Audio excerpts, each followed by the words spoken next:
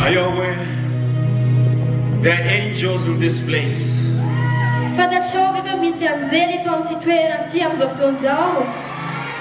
Ready to minister to you specially.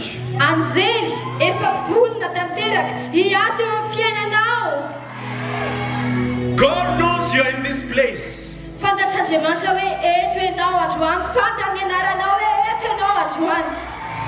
And for many of you that are connected online, you are not left behind. There's no distance in the realm of the Spirit.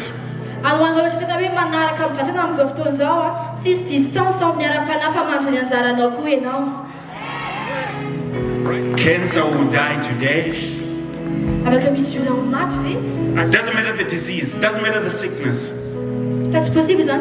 It bows today. Listen, let me tell you where our confidence is. Why we even talk of supernatural experience.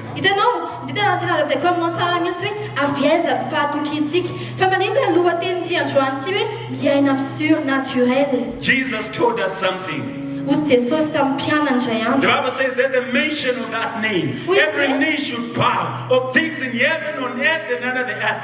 And every tongue should confess that Jesus Christ is Lord, to the glory of the Father.